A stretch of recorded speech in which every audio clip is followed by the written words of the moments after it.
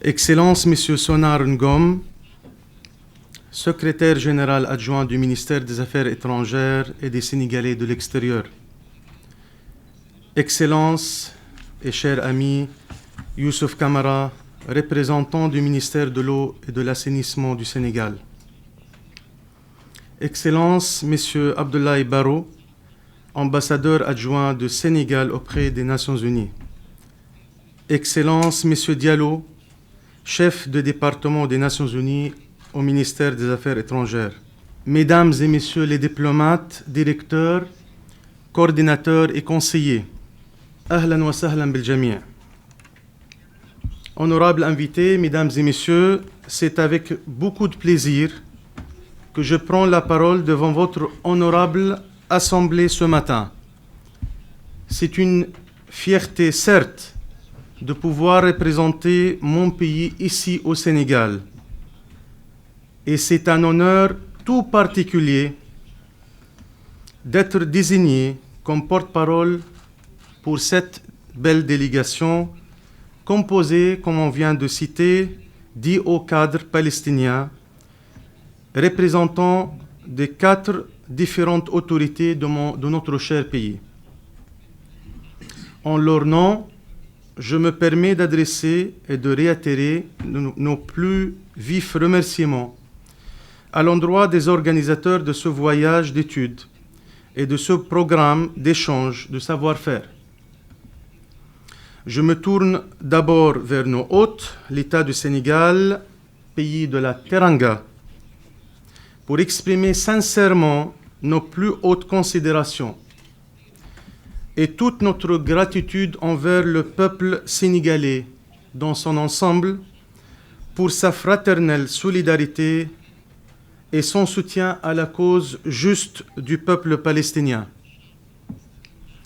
Nous devrons consacrer une mention toute particulière à l'égard des autorités de la République sœur du Sénégal et en tête de celle-ci, le président de la République, son Excellence M. Macky Sall, et tout son gouvernement. Le peuple de la Palestine se souvient fidèlement toutes vos positions qui ne datent pas d'aujourd'hui, mais qui remontent bien plus lointain dans l'histoire.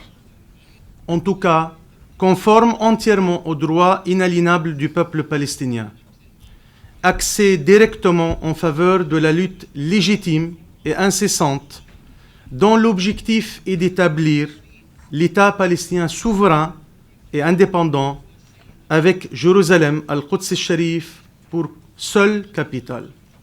Excellences, Mesdames et Messieurs, de retour au concept du voyage et aux objectifs de ce programme, généralement orienté vers les meilleures pratiques dans la gestion hydraulique et hydrique, je tiens à souligner que les 5 jours du travail entre Dakar et Saint-Louis doivent nous permettre de partager les expériences entre les acteurs de 2 pays en matière de ressources en eau. Vous n'êtes pas sans ignorer que la Palestine est située dans une zone de haute tension politique. Cela a été rappelé tout à l'heure. Vu de l'occupation qui perdure encore et de sa machine colonialiste sans arrêt. Mais sachez également que la Palestine est parmi les premiers pays de la planète à faire face aux besoins et aux défis des ressources en eau, que ce soit dans la quantité et la qualité de l'eau potable ou bien dans les infrastructures existantes et même encore dans le traitement des eaux usées. Ceci étant dit, j'ai entièrement confiance dans les compétences de nos cadres ici présents qui seront mieux placés que nous tous autres diplomates et qui seront à même de vous exposer l'état des lieux avec professionnalisme, forts de leur expérience et de leur savoir-faire. Ils ne manqueront pas de nous expliquer également leurs méthodes et leurs pratiques afin de décortiquer avec précision les sujets abordés dans ce programme.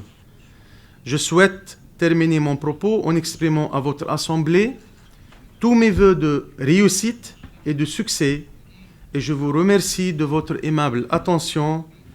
Vive le Sénégal et vive la fraternité sénégalo-palestinienne. Wassalamu alaikum wa rahmatullahi wa barakatuh.